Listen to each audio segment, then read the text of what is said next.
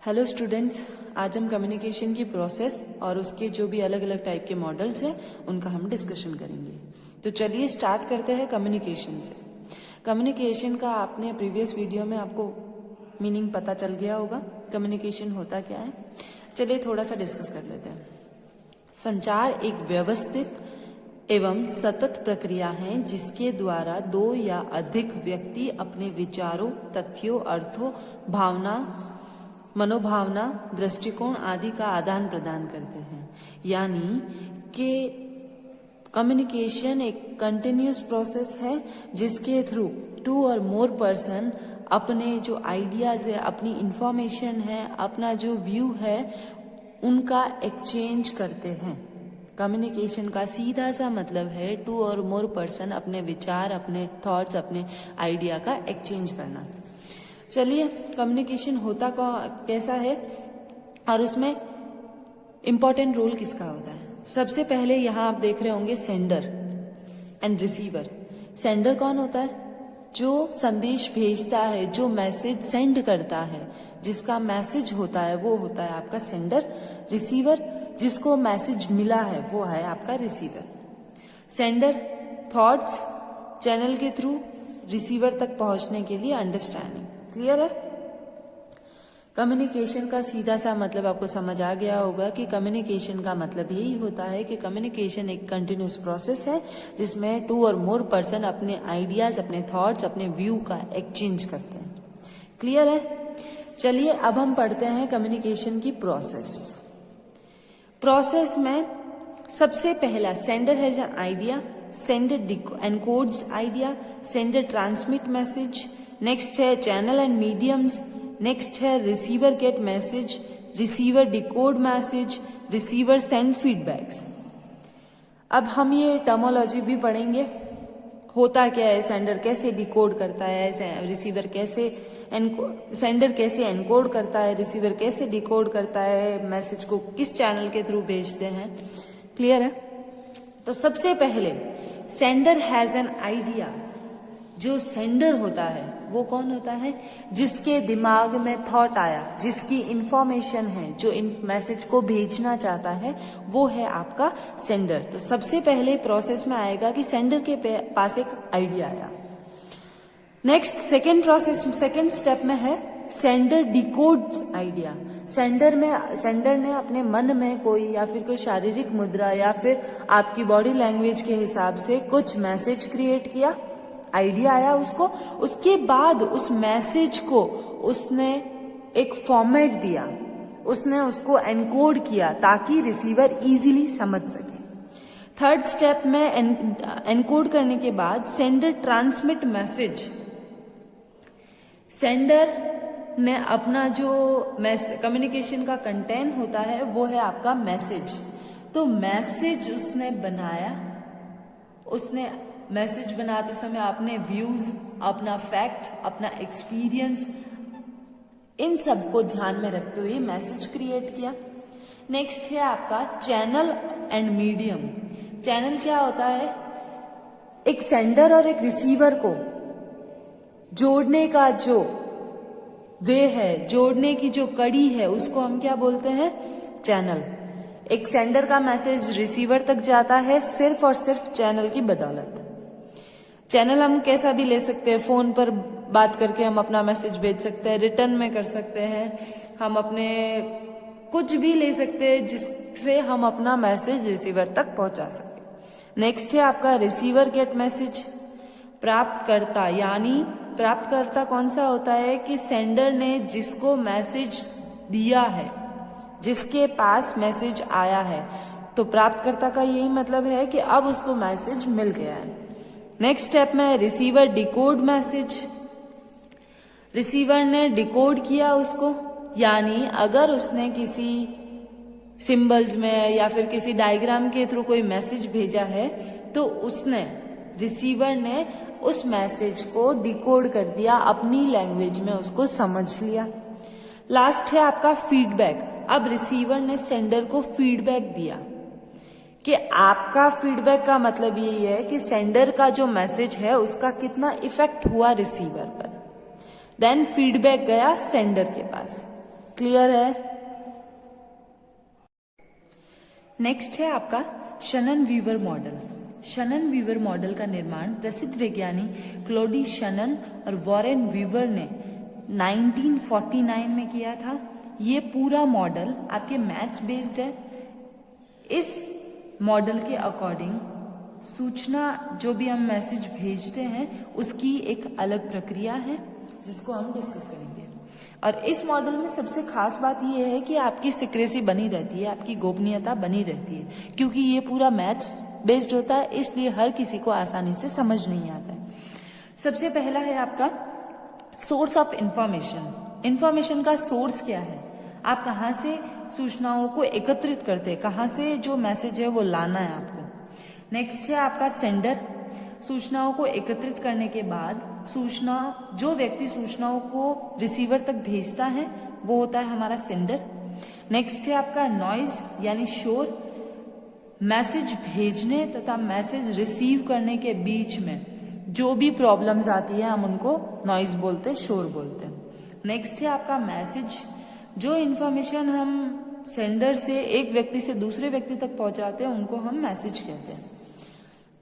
Next है आपका receiver, जो मैसेज को प्राप्त करता है, जिसको मैसेज मिलता है। नेक्स्ट है फिर आपका फीडबैक। रिसीवर अपने मैसेज को समझ लेता है, उसके बाद वो उस मैसेज पर प्रतिक्रिया व्यक्त करता है। क्लियर है? और फीडबैक कहाँ जाता है वापस से? सोर्स ऑफ इंफॉर्मेशन में। चलिए आगे चलते हैं। आगे हम पढ़ते हैं the बर्लो dynamic process model. बर्लो dynamic process model के अकॉर्डिंग कम्युनिकेशन को ये एक डायनामिक प्रोसेस मानता है। द बर्लो एक वैज्ञानिक का नाम है जिसने इस मॉडल को इन्वेंट किया है। इस मॉडल का जो इन्वेंटर है द बर्लो, उसका पूरा नाम है द डेविड बर्लो। उन्होंने इस मॉडल को क्रिएट किया है। उनके अकॉर्डिंग घटनाओं का एक निश्चित क्रम नहीं होता है, यानी कि वो लगातार चलती रहती है, कंटिन्यूस होती रहती है। उसके सीक्वेंस में हमेशा परिवर्तन होता रहता है। इसलिए उनके अकॉर्डिंग मॉडल के कम्युनिकेशन के इम्पोर्टेंट जो भी प्रोसेस के मॉडल है वो इस तरह का होना चाहिए। सबसे पहला है सोर्स, नीड ऑफ आइडिया। फिर है आपका मैसेज, कोड और साइन में होता है।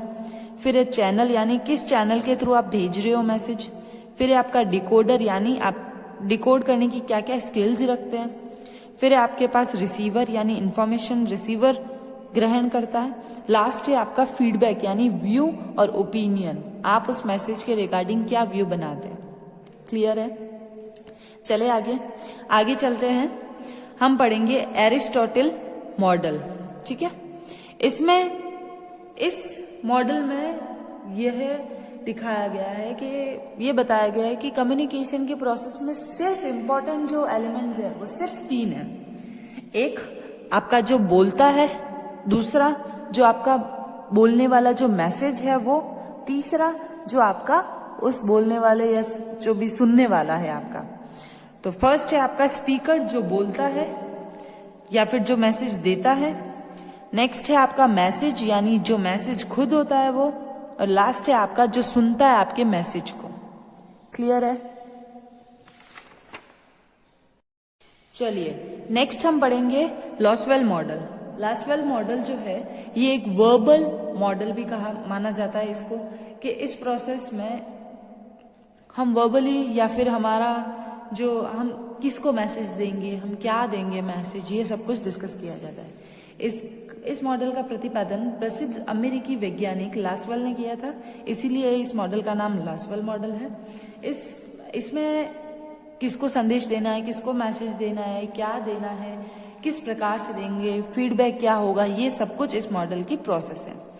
इस मॉडल के अकॉर्डिंग कम्युनिकेशन की प्रोसेस इस टाइप से होती है। सबसे पहला है आपका सेंडर, मैसेज देने वाला। सेंडर मैसेज देगा, फिर मीडियम चूज करेगा कौन से मीडियम से वो भेजेगा, फिर रिसीविंग होगी मैसेज की, फिर आपके होगी इसमें एनालाइज करेगा रिसीवर जो भी मैसेज देगा वो, फिर आपका आएगा रिएक्शन, उसकी प्रतिक्रिया क्या है, फिर वो रिएक्शन को वापस से सेंडर तक भेज देगा। तो लॉसवेल ने यही बताया है कि आपकी जो कम्युनिकेशन की प्रोसेस है वो इस टाइप से होनी चाहिए। नेक्स्ट आपका मॉडल है Osgood and Schramm model. Osgood and Schramm model का प्रतिपादन प्रसिद्ध वैज्ञानिकों द्वारा 1955 में किया गया था। इस मॉडल में भी मैसेज भेजने वाला रिसीवर जो होता है सेंडर और रिसीवर पर ही बेस्ड है। ये कंटिन्यूअस चलने वाली है इस मॉडल के अकॉर्डिंग कम्युनिकेशन की प्रोसेस। तो चलिए इस प्रोसेस को डिस्कस करते हैं। इस मॉडल को सबसे पहले आएगा आपका सेंडर, फिर आपका आएगा मैसेज, मैसेज से सीधा जाएगा मैसेज रिसीवर के पास थर्ड स्टेप में, एंड लास्ट स्टेप है आपका वापस से मैसेज। तो ये बार बार चलती रहती है, इसीलिए ये कंटिन्यूअस प्रोसेस भी माना जाता है कम्युनिकेशन को। नेक्स्ट है आपका डेंस मॉडल। डेंस मॉडल का निर्माण प्रसिद्ध वैज्ञानिक डेंस ने 1967 में किया था। इन डेंस वैज्ञानिक के अकॉर्डिंग इनका ये मानना है कि हमेशा जो आपकी कम्युनिकेशन की प्रोसेस है वो एक सर्कल में घूमती रहती है, वो एक चक्र में घूमती रहती है, उसका कोई भी स्टार्टिंग पॉइंट और कोई भी एंडिंग पॉइंट नहीं होता है। इसलिए इनका कहना है कि ये एक कंटिन्यूअस प्रोसेस है माने कम्युनिकेशन। सबसे पहले जैसे सेंडर, फिर कम्युनिकेशन की पूरी प्रोसेस, फिर रिसीवर, फिर वापस से सेंडर, सेंडर कम्युनिकेशन की प्रोसेस, रिसीवर, फिर वापस से सेंडर। क्लियर है? नेक्स्ट है आपका मर्फी मॉडल। मर्फी मॉडल का निर्माण प्रसिद्ध लेखक मर्फी ने अपने अन्य साथियों की सहायता से किया था। उनके अनुसार संचार की प्रक्रिया जो है वो जो भी एलिमेंट्स है वो एक दूसरे के आगे चलते रहते हैं। जिसको हमने सोचा है कि वो आगे है वो उसके पीछे है। हमने सोचा फीडबैक लास्ट में आएगा तो स्टार्टिंग में भी आ सकता है इनके अकॉर्डिंग। जैसे सबसे पहला है आपका रेफरेंस, फिर सेंडर, फिर मैसेज, फिर रिसीवर, फिर फीडबैक। फिर से ये प्रोसेस आप वापस बना सकते हो। फीडबैक देकर आप रेफरेंस को क्रिएट कर सकते हो और रेफरेंस से आप पूरी प्रोसेस फीडबैक तक पहुंच सकते हो। क्लियर है? नेक्स्ट है आपका जोसेफ मॉडल। जोसेफ मॉडल संचार प्रक्रिया के विभिन्न मॉडलों में ये जो जोसेफ मॉडल है ये बहुत इंपॉर्टेंट है। जोसेफ मॉडल जो है वो शनन बीवर मॉडल जो हमने सेकेंड मॉडल पढ़ा था उससे ज्यादा इफेक्टिव है। एज इट इज मतलब उसमें कुछ चेंजेस करके इन्होंने इस मॉडल को बनाया। सबसे पहला इस मॉडल की प्रोसेस में है सोर्स, फिर जो भी सोर्स है आपका मैसेज जनरेट करने का उसको फॉर्मेट दो एक, फिर उसके बाद रिसोर्स कि आप कहाँ से क्या करोगे, फिर उस मैसेज का यूटिलाइजेशन, फिर रिसीविंग एंड एनालाइजिंग, फिर फीडबैक, फिर से वापस सोर्स। क्लियर है? नेक्स्ट है आपका Thill and Bovee model. Thill and Bovee model इस मॉडल की कम्युनिकेशन प्रोसेस के अकॉर्डिंग जो हमारे विचार है वो प्रारंभ से होकर फीडबैक यानी प्रतिक्रिया तक चलते रहते हैं। हमारा जो आइडिया है वो फीडबैक तक कंटिन्यूअस चलता रहता है। जब भी हमारे दिमाग में कोई भी थॉट आता है तो हम सबसे पहले उसको मैसेज में कन्वर्ट करते हैं, उसके बाद वो मैसेज भेजा जाता है और उसके बाद जो रिसीवर है उस मैसेज को एनालाइज करता है और उसके बाद वो अपनी फीडबैक देता है। तो इसी तरह जैसे आइडिया सबसे पहले आया, फिर मैसेज जनरेट किया, फिर रिसीवर तक पहुंचा वो, फिर जाके रिसीवर ने फीडबैक दिया और फीडबैक वापस से आइडिया पर पहुंच गया।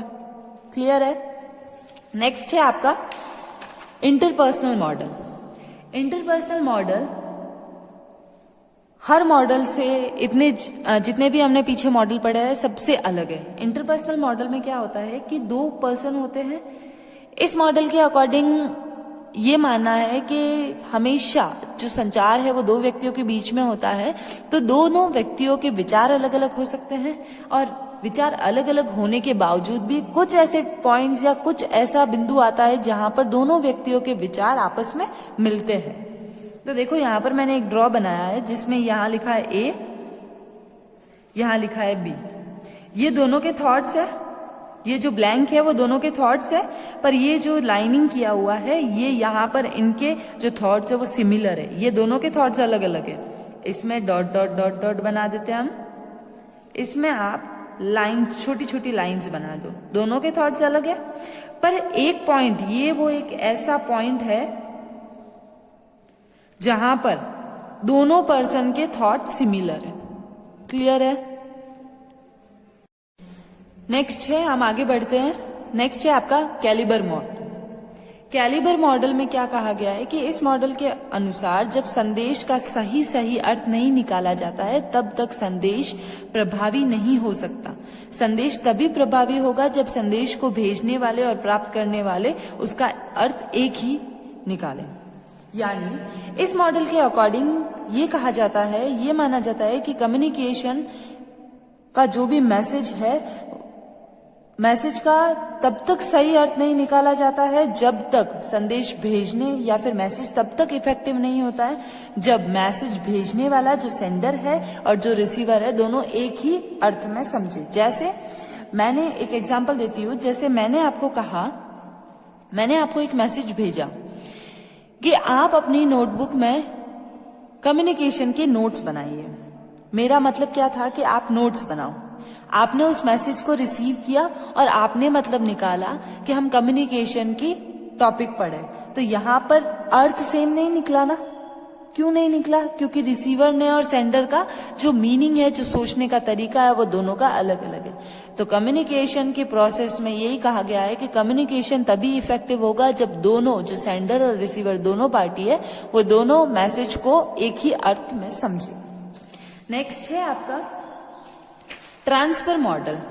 ट्रांसफर मॉडल, ये मॉडल जो है इंटरनल और एक्सटर्नल एलिमेंट्स पर बेस्ड होता है। इस मॉडल में एक कम्युनिकेशन प्रोसेस में इसमें ये होता है कि आपके जो दोनों तत्व मिले हुए होते हैं, इंटरनल और एक्सटर्नल, और जब भी हम उनको अलग करने की ट्राई करते हैं, ये इनका इफेक्ट भी अलग अलग होता है। ये इंटरपर्सनल मॉडल से मिलता जुलता है। इसमें ये होता है कि आप एक सेंडर अपने विचारों को जितना रिसीवर के विचारों से मिलाना चाहेगा, वह उस भाग के लिए संचार उत्तरदायित्व होगा। यानी कि देखो, इंटरनल फैक्टर और एक्सटर्नल फैक्टर्स ये दोनों अलग अलग है। अगर इन दोनों को मिला दिया जाए तो यहाँ पर जो भी इफेक्ट होगा उसके लिए कम्युनिकेशन खुद जिम्मेदार होगा। नेक्स्ट है आपका Westley and MacLean model. MacLean model और वेस्टले मॉडल का प्रतिपादन वैज्ञानिकों वेस्टले और मैकलीन ने 1957 में किया था। इस विचार को उन्होंने कहा है कि कम्युनिकेशन की प्रोसेस में कोई ना कोई एलिमेंट हमेशा घूमता रहता है। कोई भी एक एलिमेंट एक जगह ही नहीं रहता है, वो अनेक रूप बदलता है। जैसे मैसेज भेजने से लगाकर फीडबैक तक सारे एलिमेंट्स घूमते रहते हैं। जैसे सेंडर, फिर मैसेज, फिर रिसीवर से वापस फीडबैक, तो सब घूमते रहते हैं ये एलिमेंट्स। नेक्स्ट है आपका लीगन मॉडल। लीगन मॉडल का प्रतिपादन लीगन ने 1961 में किया था। इन्होंने भी अपनी कम्युनिकेशन प्रोसेस में बहुत से एलिमेंट्स ऐड किए हैं। जो एलिमेंट्स है आपका sender, message, channel, receiver and feedback. एक बात बताओ, आप सबको ये टर्मोलॉजी समझ तो आ रही है ना कि ये सेंडर क्या होता है, मैसेज क्या होता है, चैनल क्या होता है, रिसीवर क्या होता है, फीडबैक क्या होता है? क्योंकि अब तक इतने सारे मॉडल्स पढ़े हैं, इन सबका मैंने मीनिंग बता दिया है। सेंडर वो होता है जो आपको मैसेज भेजता है। मैसेज क्या होता है? जो आपका थॉट है उसको हमने एक फॉर्मेट का रूप दे दिया है। नेक्स्ट है आपका चैनल, आप मैसेज को किस चैनल से भेजते हो, आपका वे क्या है मैसेज का। नेक्स्ट है आपका रिसीवर, जो जिसको मैसेज मिला है।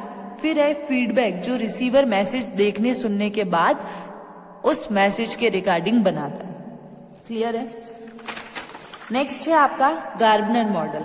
गार्बनर मॉडल का निर्माण अमेरिकी वैज्ञानिक जॉर्ज गार्बनर ने किया था। इस मॉडल का वर्णन उन्होंने अपने लेख, अपना जो ऐसे है दुगास अ जनरल मॉडल, 1956 में किया था। उन्होंने कहा है कि अगर कोई व्यक्ति किसी घटना के बारे में कुछ सोचे, उसका एनालाइज करे और उस एनालाइज के बाद उसकी फीडबैक के लिए अपने या फिर किसी दूसरे व्यक्ति को बताना चाहे कि हमने ये महसूस किया, हमने ये एनालाइज किया, हमारा ये मैसेज है, तो वो आपका कम्युनिकेशन प्रोसेस होता है। जैसे सेंडर ने फिर मैसेज क्रिएट किया, मैसेज रिसीवर तक गया, रिसीवर ने फीडबैक दिया और फीडबैक कहाँ गया? सेंडर तक। क्लियर है? Gerbner model, sender, message, feedback, receiver. ठीक है, सेंडर ने मैसेज दिया, मैसेज रिसीवर तक पहुंचा, रिसीवर ने फीडबैक दिया, फीडबैक वापस सेंडर तक पहुंचा। क्लियर है। नेक्स्ट है आपका लेसिकर मॉडल। लेसिकर मॉडल, इसमें कम्युनिकेशन की प्रोसेस मैसेज भेजने से स्टार्ट होकर फीडबैक मिलने तक ही पूरी नहीं होती है। इसके बाद ये होता है कि इसका रिपीटेशन हो। रिपीटेशन मतलब कि आपने एक व्यक्ति तक तो अपना मैसेज और फीडबैक दोनों मिल गया, एक व्यक्ति से मैसेज का। अब उस मैसेज को, उस फीडबैक को आप दूसरे व्यक्ति तक भी पहुंचाओ उस मैसेज को, और दूसरे व्यक्ति की भी फीडबैक आप लो। जैसे ये ए व्यक्ति है, ए ने मैसेज जनरेट किया, चैनल के थ्रू रिसीवर तक पहुंचा, रिसीवर ने फीडबैक दिया, फीडबैक से वापस मैसेज बनाया, मैसेज चैनल से रिसीवर तक पहुंचा, और रिसीवर ने फीडबैक दिया, और फीडबैक से वापस मैसेज। यानी टोटली मेरा कहने का मतलब ये है कि जो भी आपकी ये लेसिकर मॉडल के अकॉर्डिंग कम्युनिकेशन की प्रोसेस है, इसमें आप रिपीट करो। एक व्यक्ति तक ही अपने मैसेज को सीमित नहीं रखो, उसी मैसेज को आप बार बार दूसरे व्यक्तियों तक पहुंचाते रहो। लास्ट है आपका mass communication model. Mass communication model का निर्माण 1980 में हुआ था।